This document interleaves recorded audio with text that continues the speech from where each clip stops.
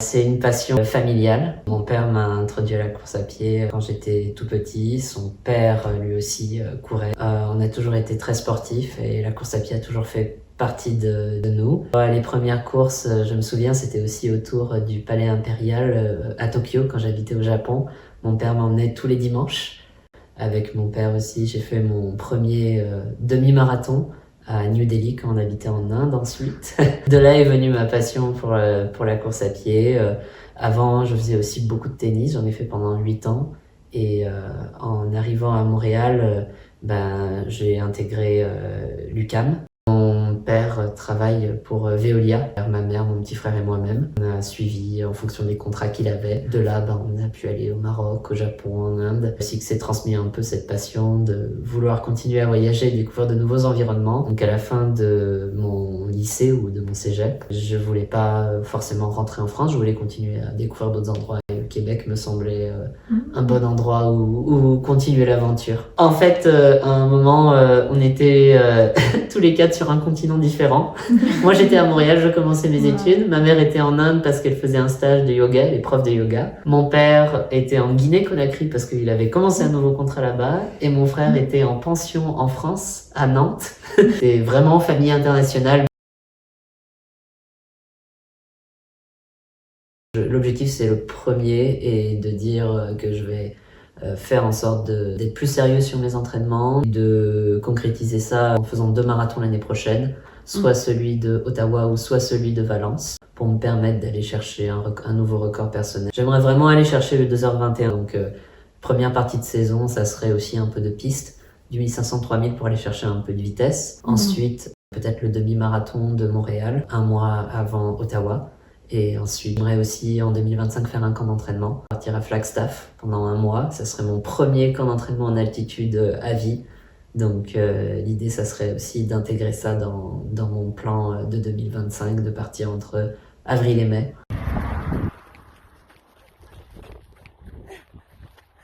Je suis le plus petit, j'essaye de tous vous prendre. Jour 1, Flagstaff.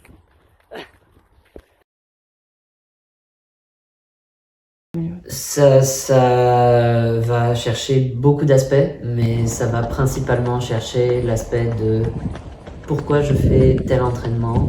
Par exemple, je vois que je manque de vitesse et que le seuil est vite atteint. Donc, des entraînements où je vais travailler le rythme, où je vais aller chercher peut-être plus de vitesse. L'autre aspect, c'est celui aussi, c'est de savoir dire non.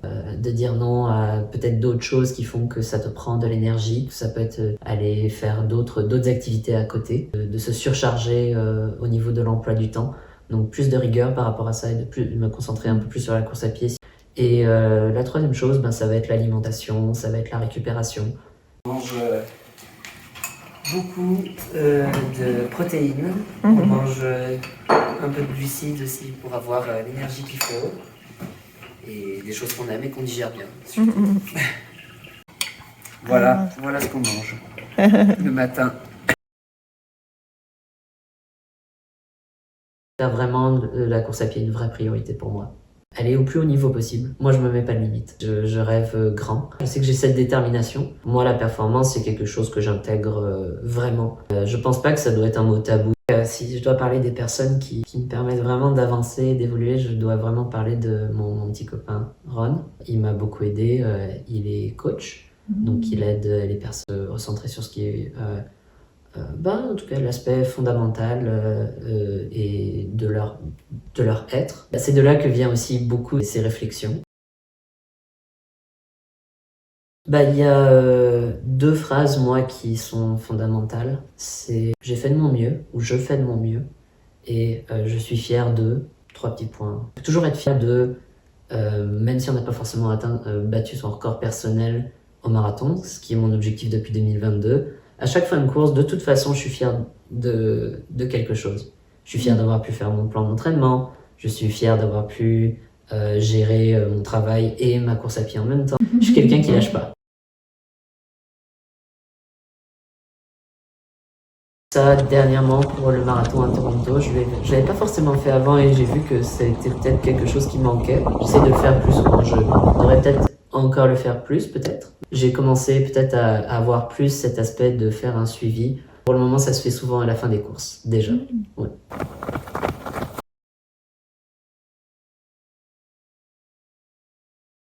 En moyenne, je dirais une moyenne à peu près 120 km. Ma plus haute semaine à vie, c'est 170. Allez. 0.2 en commençant.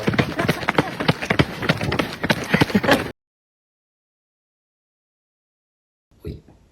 Je prends souvent une semaine à une semaine et demie, 2 semaines off après les marathons.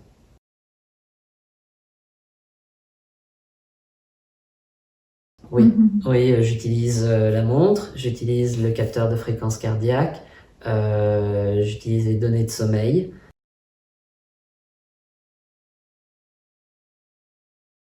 C'est difficile à dire, mais je dirais coureur solitaire.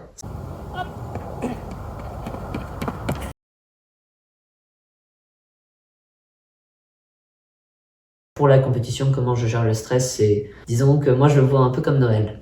J'essaie de transformer peut-être certaines fébrilités plus en excitation, comme cet aspect de ah bah c'est bon là, c'est maintenant là, c'est le grand jour, on va pouvoir tout donner, et donc je vois ça comme Noël, comme déballer un beau cadeau après beaucoup d'efforts. J'essaye d'intégrer du renforcement musculaire 1 à 2 fois par semaine, mais pour le moment ça reste sporadique.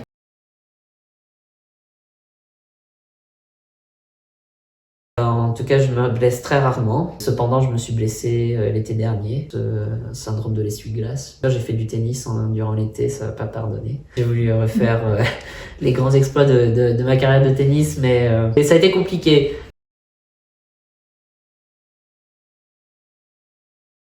L'aspect du marathon que j'aime beaucoup, c'est de pouvoir rentrer vraiment dans une certaine introspection. Quand on part faire des longues courses, on a le temps vraiment de laisser derrière soi frustration, beaucoup d'énergie que l'on a canalisée et que l'on peut vraiment se permettre de se détacher pendant que l'on fait ces longs entraînements. On va vraiment puiser dans les limites des ressources pendant un long moment, tout en ayant de la vitesse. Donc c'est un équilibre, et je trouve que c'est un équilibre entre la vitesse et l'endurance qui est pour moi fascinant.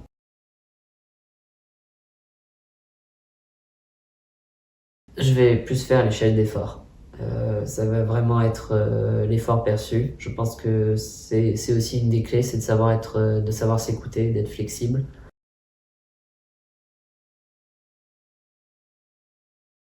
Mais dès qu'il y a de la neige, je préfère aller sur tapis pour aller vraiment chercher le bon effort. Ça m'est arrivé de faire des 30 km sur tapis, c'était long. Mais c'est nécessaire. Je pense que la période la plus difficile, c'est effectivement la période hivernale. Pour vraiment faire des bonnes allures, on n'a pas le choix d'aller faire du tapis en hiver. Oui, lire, ça va être aussi les podcasts sur l'actualité politique, mais aussi sur l'histoire. Mais ce que j'adore aussi, c'est vraiment discuter avec les personnes.